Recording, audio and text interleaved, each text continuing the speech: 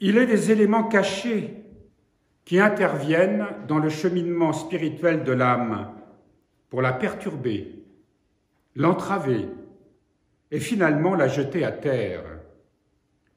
Le premier de ces éléments est l'ignorance. Ignorance de la volonté et du désir de Dieu.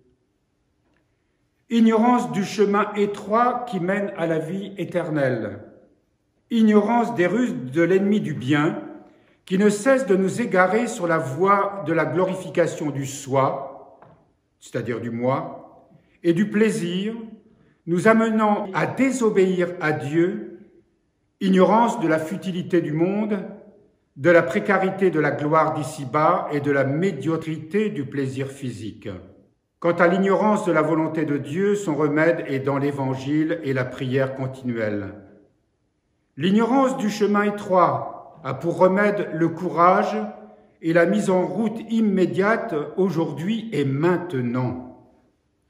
Alors, quand on parle de l'ignorance, c'est à peu près ce qui qualifie ce que nous venons d'entendre, la grande majorité du monde, des gens qui vivent dans le monde, qui n'ont aucune conscience de cette dimension spirituelle, de cette transcendance qui nous habite, de cette présence divine, de cet amour divin en nous.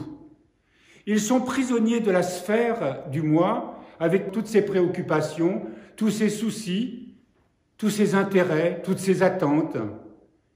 Et nous savons, puisque nous en avons l'expérience, que si nous n'avons pas d'autre perspective que ce qui se passe dans la nature humaine, eh bien, c'est beaucoup de souffrance. Mais malheureusement, la majorité, la grande majorité des gens sont dans cette ignorance. Et nous l'avons entendu ici, cette ignorance qui concerne tous les aspects de la vie. Alors évidemment, il y a l'ignorance de la volonté de Dieu. On ne sait pas ce que ça veut dire, la volonté de Dieu. Et quand on entend dans les Écritures se soumettre à la volonté de Dieu, eh bien, notre moi se hérisse. Le mot « soumettre » est quelque chose que, évidemment, nous ne pouvons pas supporter parce qu'il s'agit effectivement d'une réaction qui vient de notre moi. Comment sortir de cette ignorance? Nous le savons, nous ici qui pratiquons la prière, qui écoutons les Écritures, qui les méditons, qui aussi, dans la direction spirituelle, peu à peu, apprenons à sortir de cette ignorance par l'expérience.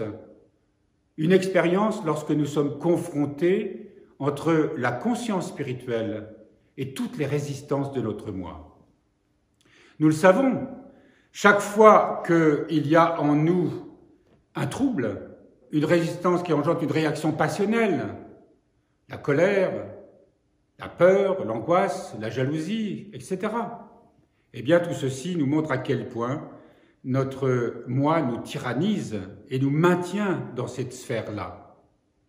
Mais si nous sortons de cette ignorance et que nous savons que Dieu est amour, qu'il nous a envoyé l'Esprit Saint pour nous guider, pour nous éclairer, alors, pas à pas, petit à petit, nous sortons de cette ignorance et nous entrons dans la vraie vie. Nous entrons dans le réel. Voilà pourquoi le père Mathaï Maskin met l'accent sur cet aspect-là. Donc, quand il nous dit qu'entre l'ignorance de la volonté de Dieu, son remède est dans l'Évangile et la prière continuelle. Le remède, en ce qui concerne cette ignorance, nous vient des épreuves de la vie. Parce que tôt ou tard, nous connaîtrons l'épreuve.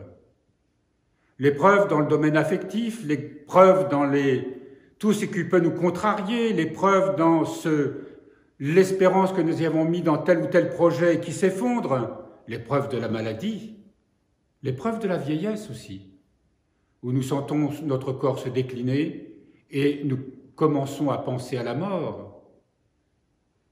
Et c'est dans l'épreuve que notre cœur, lorsque nous sommes fragilisés, que nous nous tournons vers le Seigneur.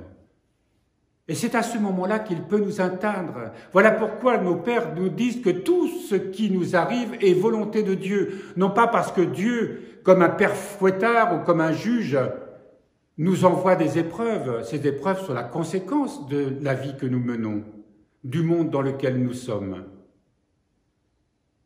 Nous n'avons pas conscience à quel point Dieu veille sur nous, qu'il nous aime, qu'il évite d'ailleurs que nous soyons terrassés par les conséquences de nos péchés. Et il nous laisse seulement ce qui peut nous amener vers lui, parce que c'est le seul moyen qu'il a pour venir toucher notre cœur. Si nous voulons bien le comprendre, la volonté de Dieu, eh bien nous la découvrons dans la méditation des Écritures. Vous vous souvenez ce matin, ce passage du livre de la sagesse au 17e chapitre que nous avons cité.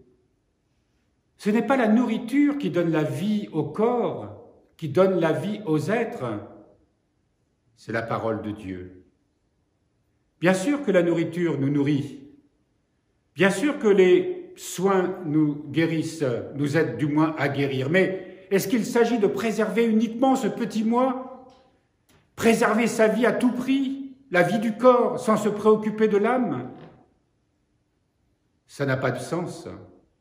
Et ce que veut dire le livre de la sagesse, c'est que cette parole, à travers les épreuves, à travers même chaque instant que nous vivons, y compris le fait de se nourrir, de façon à ce que la grâce de Dieu, la grâce de l'Esprit Saint puisse se manifester dans tout ce que nous faisons. L'ignorance des ruses et des séductions de l'ennemi du bien a pour remède l'humilité auprès de Dieu et la vigilance de l'âme. L'humilité auprès de Dieu, chaque fois que nous sommes humiliés par l'épreuve, que nous sommes terrassés, ça s'appelle une humiliation. Parce que notre moi est en échec. Parce que nous sommes dans les ténèbres, parce que nous sommes parfois même dans la révolte, dans la peur, dans l'angoisse. Dieu vient à notre rencontre, il nous appelle. C'est le moment de se tourner vers lui et de recevoir sa grâce, de baigner dans sa grâce. Et nous ne pouvons pas nous sortir de cette ignorance sans ce passage de l'humilité qui est justement ce chemin étroit. La vigilance de l'âme, c'est encore autre chose. Nous la conservons pour ne pas retourner à toutes les séductions du moi, que nous puissions rester dans un esprit de prière autant qu'il est possible. Et puis l'ignorance de la futilité du monde et de la précarité de la gloire d'ici-bas a pour remède une visite au cimetière. Alors, évidemment, quand on va voir le cimetière, on sait comment ça va finir, notre vie, hein. Et souvent, regardons tous ceux qui sont dans la gloire, regardez tous ces artistes qui ont été adulés tout au long de leur vie, de tous ceux qui ont possédé des richesses immenses. Ils n'emportent rien de tout cela. Mais qu'est-ce qui s'est passé pour eux au niveau de leur âme? Est-ce qu'ils ont aimé? Est-ce qu'ils ont su se laisser aimer pour aimer comme le Seigneur nous aime? Est-ce que de l'autre côté, cette âme, lorsqu'elle quitte ce corps, entre dans la lumière? Ou est-ce qu'elle arrive vide, avec le sentiment finalement de n'avoir vécu que pour la satisfaction de soi? Voilà pourquoi, chez les pères, dans les paroles des pères, il y a cette référence à la précarité de la vie.